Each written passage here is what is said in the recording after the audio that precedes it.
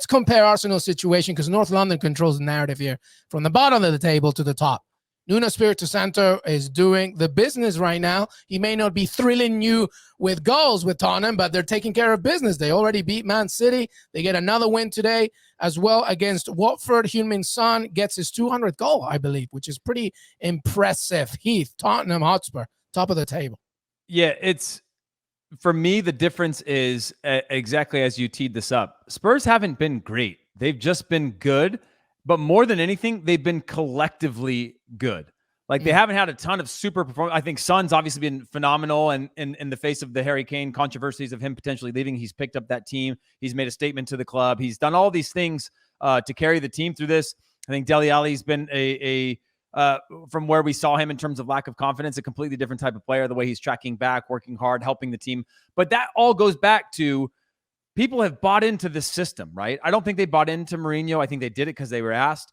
This system has them believing that there is an outcome of which they can both work hard and benefit, but also enjoy it a little bit. And it just looks collectively like they get into situations in games, it's 1-0, and they look like they have just enough control to get 3 points, and then they get them. And I think we've, for a long time, because we have so many super clubs in the world, we've forgotten what it's like to grind out result after result after result, in a way that's just like, this team was 60%, that team was 40%, and this team was just where you can just feel that lean, where it's like, they're not playing great, but this other team's having trouble finding a rhythm, getting back into the game, and all those little small details when it goes down to 50-50s and scrapping and pressure cover balance on a team, they have all bought into this system. And that is a very hard thing to play against regardless. And that's what, not to go back to the Arsenal thing again, that's what's lacking. When you look at some of those balls coming in from wide positions, you look in the box, no one's got a hand on a guy around them. They're just sort of like, I'm taking space, and that player's not good enough to put a ball around me or over me or behind me to a player that's next to me. Like, there's not this, like, I'm not going to let the team down. It's like a lot of ball watching, positioning, body positioning, all those things where as Spurs, they just look like they're like, we don't know what's going to happen in the long term of this season, but right now we buy into this coach, we buy into this system, and we're looking around left and right, and we're saying,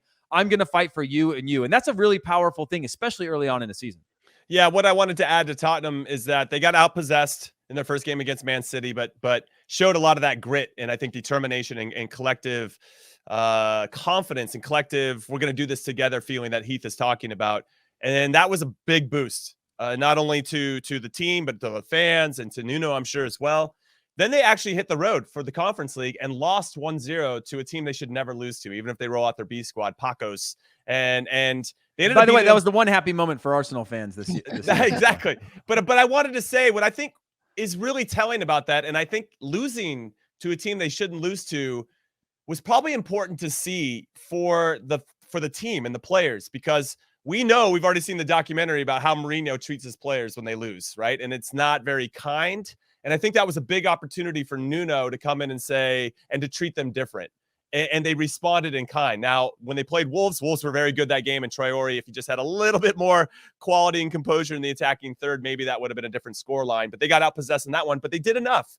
And Lloris is making key saves. He wasn't doing that so much last season. And then in this one, I thought they were very good. And were more balanced, had more possession, and they just seemed like they're continuing to buy in. And so I'm curious to see how this international break goes and how they come out of it as well, because they seem to have this nice identity. And as Harry Kane starts to kind of get reassimilated into his team and like, okay, I'm back here now, like fully, he still feels like he's still trying to get his mind back into where they want him to be now that his kind of dream has passed of joining Man City. Who knows? Maybe this is the time that they win that trophy. I don't know, but they've got a team that so far looks pretty good, but they're going to hit some adversity, and that's going to really show us what the Spurs team's all about. Well, the only perfect team in the Premier League. And by the way, you know what? I'm not going to say this often, maybe never again, but hats off to Daniel Levy, because he stood stoic and he said, you have a contract, Harry Kane, and you're not going anywhere. And we're going to try and figure it out with our new sporting director to try and see if we can persuade you that this plan is working. And it is, as of course, very early, but so far, so good for Tottenham.